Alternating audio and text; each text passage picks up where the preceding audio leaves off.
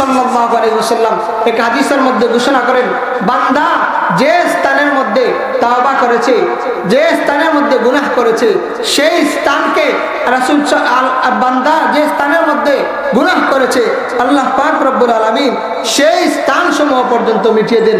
যে পা দ্বারা, যে হাত দ্বারা বান্দা গুনাহ করেছে সেই স্থানসমূহ পর্যন্ত, সেই হাত, সেই অঙ্গ প্রত্যঙ্গকে বান্দার তাওবার দ্বারা ভুলিয়ে দেন, মিটিয়ে দেন।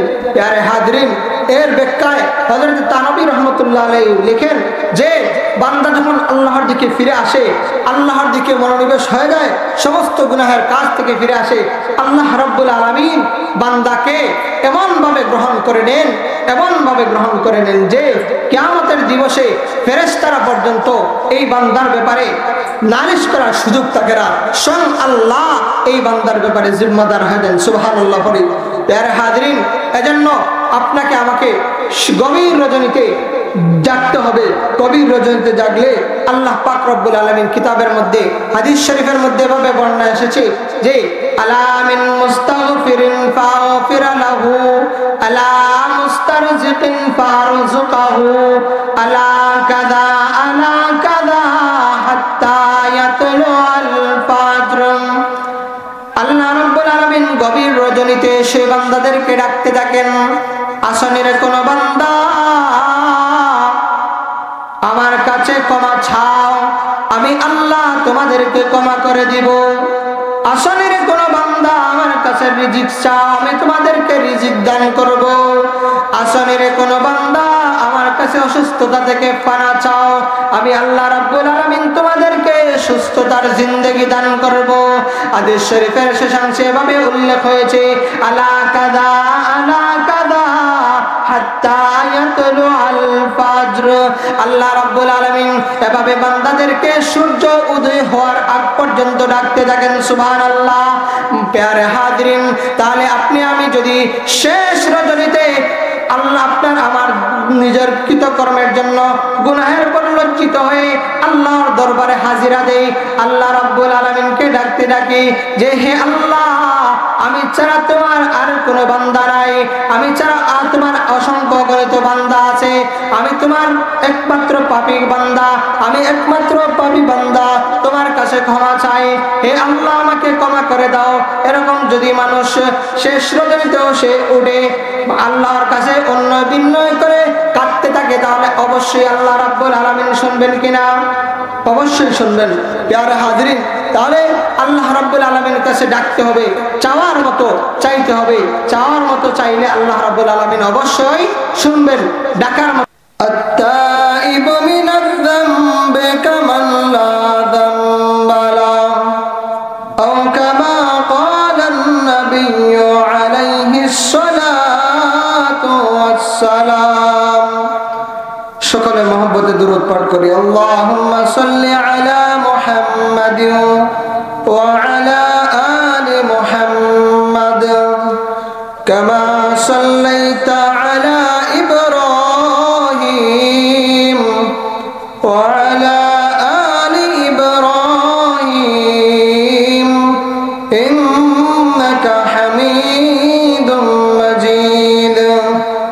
اللهم بارك على محمد وعلى آل محمد كما باركت على إبراهيم وعلى آل إبراهيم إنك حميد مجيد।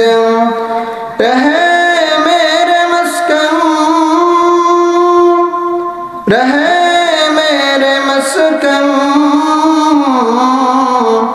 حوالے کعبہ بنے میرے مدفن دیار مدینہ بلغ العلا بکمالہ کشف الدجى بجمالہ حسنت جميع خصاله صلوا عليه وآله لا إله إلا الله আমরা জিকির পরে পরে সামনের দিকে এগিয়ে বসি। লা ইলাহা ইল্লাল্লাহ, লা ইলাহা ইল্লাল্লাহ, লা ইলাহা ইল্লাল্লাহ, লা ইলাহা ইল্লাল্লাহ। हर लहज़ा है मोमिन के लिए शान नईयान, हर लहज़ा है मोमिन के लिए शान नईयान। गुफ्तार में किरदार में अल्लाह की बुरहान, गुफ्तार में किरदार में अल्लाह की बुरहान।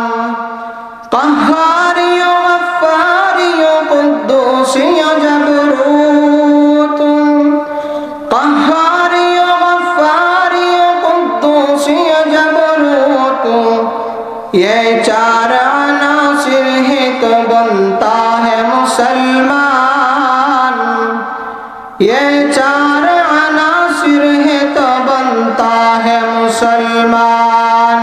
ला इलाहा इल्लल्लाह, ला इलाहा इल्लल्लाह, ला इलाहा इल्लल्लाह, ला इलाहा इल्लल्लाह मुहम्मदुर रसूलुल्लाह सल्लल्लाहु अलैहि वसल्लम।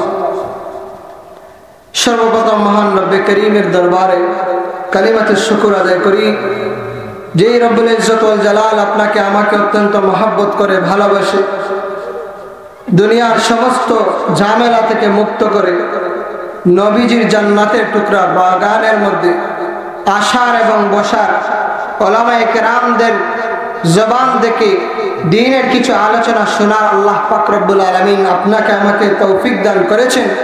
সেই জন্য অন্তরে অন্তঃস্থল থেকে একবার শুকরিয়া জ্ঞাপন করি। সবাই বলি আলহামদুলিল্লাহ, আলহামদুলিল্লাহ।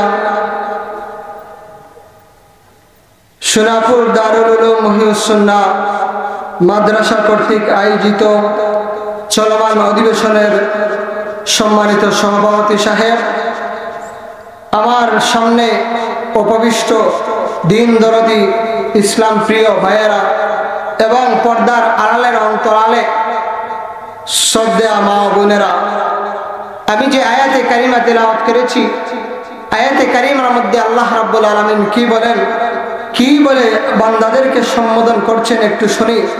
আল্লাহ রাব্বুল আলামিন বলছেন, قل يا عبادي الذين أسرفوا على أنفسهم لا تقنطوا من رحمة الله। আল্লাহ বান্দাদেরকে সম্বোধন করতেছেন, হে আমার বান্দাগণ, ইয়া ইবাদিয়াল্লাযীনা আসরাফু আলা আনফুসিহিম, হে আমার বান্দাগণ, তোমরা যারা নিজের নফসের উপর জুলুম করেছো, অন্যায় কাজ করেছো, পাপ কাজ করেছো, লা তাকনাতু মির রাহমাতিল্লাহ, তোমরা আল্লাহর রহমত থেকে নিরাশ হয় না। আল্লাহ এই কথা বলে কি বুঝাইতে চাইলেন? আল্লাহ রাব্বুল আলামিন বললেন যে হে আমার বান্দাগণ, তোমরা যারা জুলুম করেছো, অন্যায় করেছো, ব্যভিচার করেছো, পাপ কাজ করেছো, তোমরা আল্লাহর রহমত থেকে নিরাশ হয় না। এই কথাটি বোঝানোর জন্য আমি আপনাদেরকে একটি হাদিসের ব্যাখ্যা শোনাবো।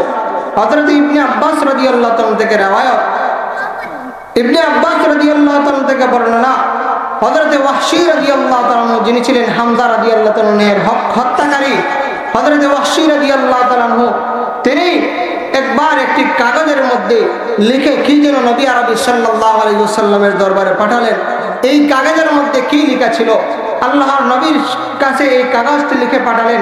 কাগজের মধ্যে লেখা ছিল, হে নবী, আপনি তো বলেন মান কাতারা আও আশরাকা আও জানা ইয়ালকা আসাবান ইউদাফু লাহুল আযাবু ইয়াউমাল কিয়ামা, যে নাকি ব্যভিচার করেছে, যে নাকি হত্যা করেছে, যে নাকি পাপ কাজ করেছে, তাদের শাস্তি নাকি কিয়ামত দিবসে দ্বিগুণ করে দেওয়া হবে। এই কথা কি আপনি বলেছেন? নবী আরবি সাল্লাল্লাহু আলাইহি ওয়াসাল্লাম বলেন, হ্যাঁ আমি এই কথা বলেছি। অতঃপর আল্লাহ পাক রব্বুল আলামিন এই আয়াত নাজিল করেন, ইল্লা মান তাবা ওয়া আমানা ওয়া আমিলা আমালান সালিহা। যারা রবের দিকে ফিরে আসে, ইল্লা মান তাবা ওয়া আমানা, এবং ঈমান আনয়ন করে, শুধু ঈমান আনয়ন করে থেমে যায় না, ক্ষান্ত হয় না, ওয়া আমিলা আমালান সালিহা, সাথে সাথে নেক কাজের প্রতি সে উদ্বুদ্ধ হয়ে যায়। সুবহানাল্লাহ। এই আয়াত নাজিল করার পর হযরত ওয়াহশী রাদিয়াল্লাহু তাআলা বলে উঠলেন, এইগুলি তো আমার দ্বারা সম্ভব না, এই সমস্ত শর্ত আদায় করা আমার দ্বারা সম্ভব না। তৎক্ষণাৎ আল্লাহ রাব্বুল আলামিন অন্য একটি আয়াত নাজিল করে বলেন, ইন্নাল্লাহা লা ইয়াগফিরু আন ইউশরাকা বিহি ওয়া ইয়াগফিরু মা দুনা যালিকা লিমান ইয়াশা। আল্লাহ রাব্বুল আলামিন বলেন, নিশ্চয় আল্লাহ শিরিক ছাড়া, তার সাথে শরীক করা ছাড়া সমস্ত গুনাহ ক্ষমা করে দিবেন। সুবহানাল্লাহ। মুহতারাম হাজিরিন, এই কথা শোনার পরও হযরত ওয়াহশী রাদিয়াল্লাহু তাআলা মনের ভিতরে কোনো সান্ত্বনা পাচ্ছেন না। এমন মুহূর্তে আল্লাহ পাক রব্বুল আলামিন আমার তিলাওয়াতকৃত আয়াত নাযিল করে বলেন, কুল ইয়া ইবাদিয়াল্লাযীনা আসরাফু আলা আনফুসিহিম লা তাকনাতু মির রাহমাতিল্লাহ। আল্লাহ রাব্বুল আলামিন বিশ্বনবী মুহাম্মদ আরবি সাল্লাল্লাহু আলাইহি ওয়াসাল্লামকে ডাক দিয়ে বলেন, হে নবী, আপনি বলে দিন, ইয়া ইবাদিয়াল্লাযীনা আসরাফু, আমার বান্দাদের মধ্যে যারা নিজের নফসের উপর জুলুম করেছে, অন্যায় করেছে, পাপ কাজ করেছে, লা তাকনাতু মির রাহমাতিল্লাহ, তারা যেন এই ভয়ে আমার রহমত থেকে নিরাশ হয়ে না যায় যে তারা জাহান্নামের মধ্যে জ্বলবে, তারা জান্নাতে যাবে না। এই জন্য আল্লাহ রাব্বুল আলামিন এই আয়াত নাযিল করে আল্লাহ রাব্বুল আলামিন পাপী ব্যক্তিদেরকে আশার বাণী শুনিয়ে বলেন, লা তাকনাতু মির রাহমাতিল্লাহ, তোমরা আমার রহমত থেকে নিরাশ হয়ো না। পরবর্তী অংশের মধ্যে আল্লাহ বলেন, ইন্নাল্লাহা ইয়াগফিরুয যুনুবা জামিআ, তোমাদের আল্লাহ রাব্বুল আলামিন সমস্ত গুনাহ আল্লাহ রাব্বুল আলামিন ক্ষমা করে দিবেন। সুবহানাল্লাহ। প্যারে হাজিরিন, তাহলে একটু চিন্তা করি, আমি আপনি জীবনে, দৈনন্দিন জীবনে কত পাপ কাজ করতেছি, কত গুনাহের কাজ করতেছি। একটু যদি চিন্তা করি আর রবের দিকে ফিরে আসি, একটু যদি নিজের নফসের দিকে চিন্তা করি, দৈনন্দিন আপনি আমি কত গুনাহের কাজ করতেছি, এই দিকে লক্ষ্য করলে প্যারে হাজিরিন আমরা পাপ কাজ থেকে ফিরে আসতে পারবো কিনা? ইনশাআল্লাহ। সবাই বলেন ইনশাআল্লাহ। প্যারে হাজিরিন, তাহলে পাপ কাজ থেকে ফিরে আসতে হলে আপনাকে প্রথমত তাওবা করতে হবে। কি করতে হবে? তাওবা করতে হবে। তাওবার জন্য 3টি শর্ত পাওয়া যেতে হবে। কয়টি? 3টি। 1 নম্বর শর্ত হচ্ছে, যে গুনাহ আপনি করেছেন সেই গুনাহের উপর লজ্জিত হতে হবে, শর্মিন্দা হতে হবে, নিজে অনুতপ্ত হতে হবে, অনুশোচনা তৈরি করতে হবে। 2 নম্বর হচ্ছে, যে গুনাহ আপনি করেছেন এই গুনাহ আর জীবনে কখনো করবেন না, এই গুনাহ থেকে সরে আসতে হবে। 3 নম্বর হচ্ছে, এমন গুনাহ আর জীবনে করবেন না বলে মনে মনে প্রতিজ্ঞা করতে হবে, আল্লাহর সাথে ওয়াদা করতে হবে। এই 3টি শর্ত যদি আপনার আমার মধ্যে পাওয়া যায়, তাহলে আপনার আমার ঈমান এবং আমলের গ্রহণযোগ্যতা আল্লাহর কাছে বেড়ে যাবে। সুবহানাল্লাহ বলিস। প্যারে হাজরিন, আমি হাদিসের আলোকে কয়েকটি কথা বলবো আপনাদের সম্মুখে। বিশ্বনবী মুহাম্মদ আরবি সাল্লাল্লাহু আলাইহি ওয়াসাল্লাম বলেন, আত-তাইবু মিনাজ যামবি কামান লা যামবা লাহু। রাসূল সাল্লাল্লাহু আলাইহি ওয়াসাল্লাম বলেন, তাওবাকারী ব্যক্তি নিজের গুনাহের ব্যাপারে এমন ভাবে তাওবা করার পর এমন ভাবে পবিত্র হয়ে যায় যেন সে কখনো গুনাহই করেনি। সুবহানাল্লাহ। প্যারে হাজরিন, তাহলে রাসূল সাল্লাল্লাহু আলাইহি ওয়াসাল্লামের মুখ নিঃসৃত এই বাণী শোনার পর আমরা আশার আলো জাগে কিনা আমাদের মনের মধ্যে? অবশ্যই জাগে। প্যারে হাজরিন, এভাবে নবীজির সর্বপ্রসিদ্ধ সাহাবী যিনি সবচেয়ে বেশি হাদিস বর্ণনা করেছেন, হযরত আবু হুরায়রা রাদিয়াল্লাহু তাআলা আনহু, তিনি নিজেই বর্ণনা করেন, এক রাত্রিতে ওনার কাছে একজন মহিলা আসলো। মহিলা আসার পর বলতেছে, হে আল্লাহর নবীর সাহাবী আমার দ্বারা এমন জঘন্য পাপ কাজ সংগঠিত হয়েছে, যেই পাপ কাজের কারণে আমার গর্ভের মধ্যে একটি সন্তানও জন্ম নিয়েছে, যেই সন্তানকে আমি নিজ হাত দিয়ে হত্যা করেছি। প্যারে হাজরিন, এই ঘটনার বর্ণনার পর আবু হুরায়রা রাদিয়াল্লাহু তাআলা বললেন, জানি না আল্লাহ রাব্বুল আলামিন তোমাকে ক্ষমা করবেন কিনা, যাও আমার বাড়ি থেকে তুমি বের হয়ে যাও। এই বলে মহিলাকে আবু হুরায়রা রাদিয়াল্লাহু তাআলা বাড়ি থেকে তাড়িয়ে দিলেন। এরপর বিশ্বনবী মুহাম্মদ আরবি সাল্লাল্লাহু আলাইহি ওয়াসাল্লামের কাছে গিয়ে এই ঘটনার বর্ণনা দিলেন। ফজরের নামাজে নবীজির সাথে শরীক হলেন আবু হুরায়রা রাদিয়াল্লাহু তাআলা। শরীক হওয়ার পর জনাবে মুহাম্মদ আরবি সাল্লাল্লাহু আলাইহি ওয়াসাল্লামকে এই ঘটনা বর্ণনা দিলেন। নবী আরবি সাল্লাল্লাহু আলাইহি ওয়াসাল্লাম আবু হুরায়রা রাদিয়াল্লাহু তাআলাকে লক্ষ্য করে বললেন, হে আবু হুরায়রা, তোমার কি আল্লাহর এই বিধান সম্পর্কে কোনো জ্ঞান নেই?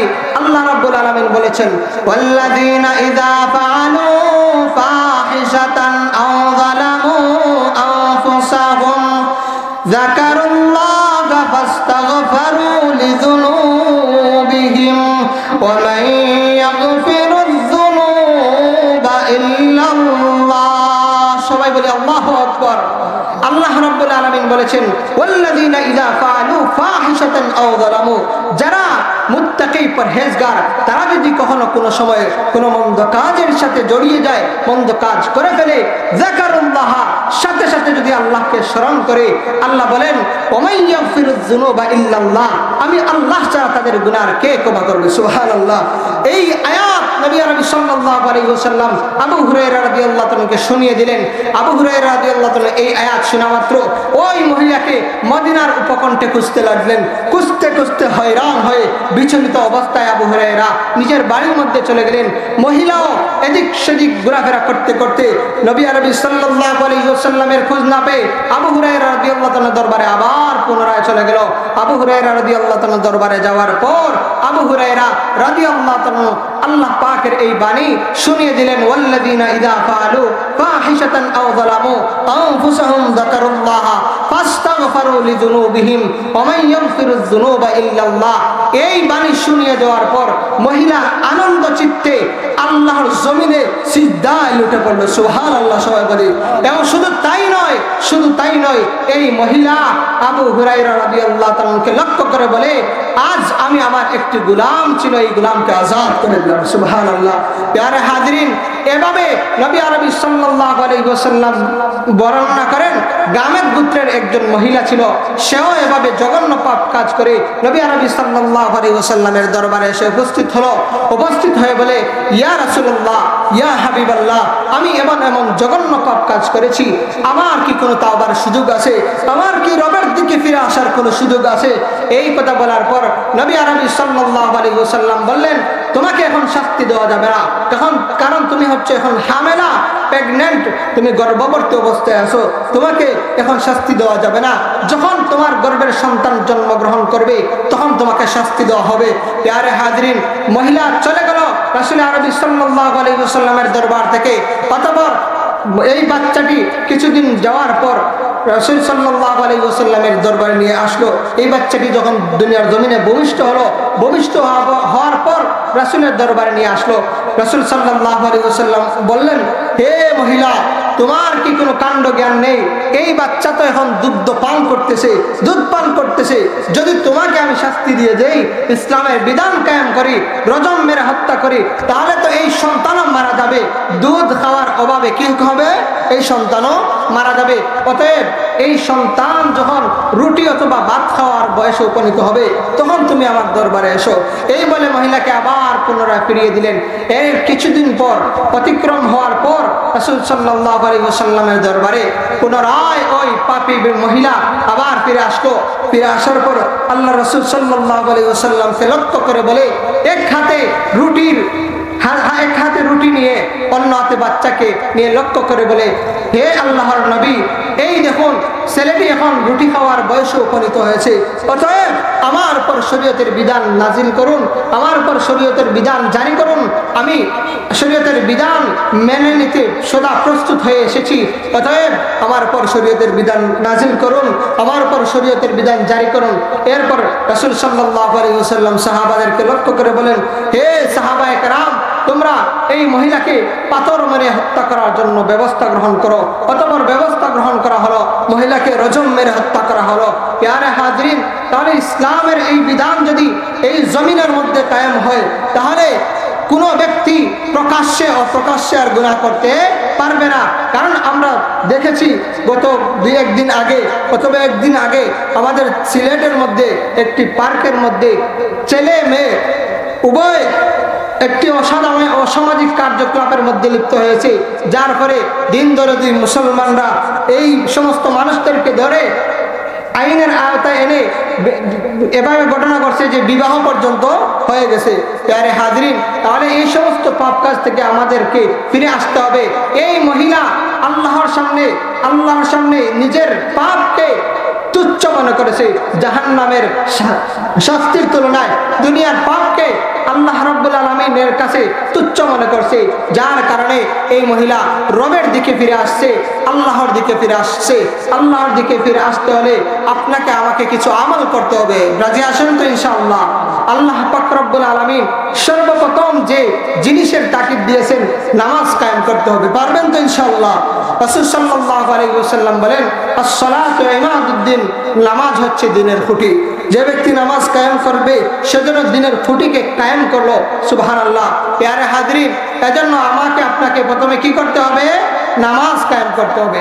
প্যারে হাজরিন, এভাবে তাওবা সংক্রান্ত অসংখ্য হাদিস রয়েছে। রাসূল সাল্লাল্লাহু আলাইহি ওয়াসাল্লাম এক হাদিসের মধ্যে ঘোষণা করেন, বান্দা যে স্থানের মধ্যে তাওবা করেছে, যে স্থানের মধ্যে গুনাহ করেছে, সেই স্থানকে বান্দা যে স্থানের মধ্যে গুনাহ করেছে আল্লাহ পাক রব্বুল আলামিন সেই স্থান সমূহ পর্যন্ত মিটিয়ে দেন। যে পা দ্বারা, যে হাত দ্বারা বান্দা গুনাহ করেছে সেই স্থান সমূহ পর্যন্ত, সেই হাত, সেই অঙ্গ প্রত্যঙ্গকে বান্দার তাওবার দ্বারা ভুলিয়ে দেন, মিটিয়ে দেন। প্যারে হাজরিন, এর ব্যাখ্যায় হযরত তানবী রাহমাতুল্লাহ আলাইহি লিখেন যে বান্দা যখন আল্লাহর দিকে ফিরে আসে, আল্লাহর দিকে মনোনিবেশ হয়ে যায়, সমস্ত গুনাহের কাজ থেকে ফিরে আসে, আল্লাহ রাব্বুল আলামিন বান্দাকে এমনভাবে গ্রহণ করে নেন যে কিয়ামতের দিবসে ফেরেশতারা পর্যন্ত এই বান্দার ব্যাপারে নালিশ করার সুযোগ থাকে না। স্বয়ং আল্লাহ এই বান্দার ব্যাপারে জিম্মাদার হয়ে দেন। সুবহানাল্লাহ। প্যারে হাজরিন, এজন্য আপনাকে আমাকে গভীর রজনীতে জাগতে হবে। গভীর রজনীতে জাগলে আল্লাহ পাক রব্বুল আলামিন কিতাবের মধ্যে, হাদিস শরীফের মধ্যে এভাবে বর্ণনা এসেছে যে আলা মিন মুস্তাগফিরিন ফাগফির লাহু, আলা মুস্তারজিকিন ফারজুকাহু, আলা কাযা হাত্তা ইয়াতলু আল ফাজর। আল্লাহ রাব্বুল আলামিন গভীর রজনীতে সে বান্দাদেরকে ডাকতে থাকেন, আসনের কোন বান্দা আমার কাছে ক্ষমা চাও, আমি আল্লাহ তোমাদেরকে ক্ষমা করে দিব। আসনের কোন বান্দা আমার কাছে রিজিক চাও, আমি তোমাদেরকে রিজিক দান করব। আসনের কোন বান্দা আমার কাছে অসুস্থতা থেকে পানা চাও, আমি আল্লাহ রাব্বুল আলামিন তোমাদেরকে সুস্থতার জিন্দেগি দান করব। হাদিস শরীফের শেষাংশে এভাবে উল্লেখ হয়েছে, আলা কাযা হাত্তা ইয়াতলু আল ফাজর। আল্লাহ রাব্বুল আলামিন এভাবে বান্দাদেরকে সূর্য উদয় হওয়ার আগ পর্যন্ত ডাকতে থাকেন। সুবহানাল্লাহ। প্যারে হাজরিন, তাহলে আপনি আমি যদি শেষ রজনীতে আল্লাহ আপনার আমার নিজের কৃতকর্মের জন্য গুনাহের পর লজ্জিত হয়ে আল্লাহর দরবারে হাজিরা দেই, আল্লাহ রাব্বুল আলামিনকে ডাকতে ডাকি যে হে আল্লাহ, আমি ছাড়া তোমার আর কোনো বান্দা নাই, আমি ছাড়া আর তোমার অসংখ্য গণিত বান্দা আছে, আমি তোমার একমাত্র পাপী বান্দা, আমি একমাত্র পাপী বান্দা, তোমার কাছে ক্ষমা চাই, হে আল্লাহ আমাকে ক্ষমা করে দাও। এরকম যদি মানুষ শেষ রজনীতেও সে উঠে আল্লাহর কাছে অন্য বিনয় করে কাঁদতে থাকে, তাহলে অবশ্যই আল্লাহ রাব্বুল আলামিন শুনবেন কিনা? অবশ্যই শুনবেন। প্যারে হাজরিন, তাহলে আল্লাহ রাব্বুল আলামিনের কাছে ডাকতে হবে, চাওয়ার মতো চাইতে হবে। চাওয়ার মতো চাইলে আল্লাহ রাব্বুল আলামিন অবশ্যই শুনবেন। ডাকার মতো ডাকলে খুদা কেমনে শুনে না? প্যারে হাজরিন, তাহলে আল্লাহ রাব্বুল আলামিন আমার এই ক্ষুদ্র আলোচনার মধ্যে যদি আপনার আমার জন্য আমলের যদি কোনো জিনিস থাকে তাহলে আল্লাহ রাব্বুল আলামিন যেন আপনাকে আমাকে আমল করার তৌফিক দান করেন। সকলে বলি আমিন। ওয়া আখিরু দাওয়ানা আলহামদুলিল্লাহি রাব্বিল আলামিন।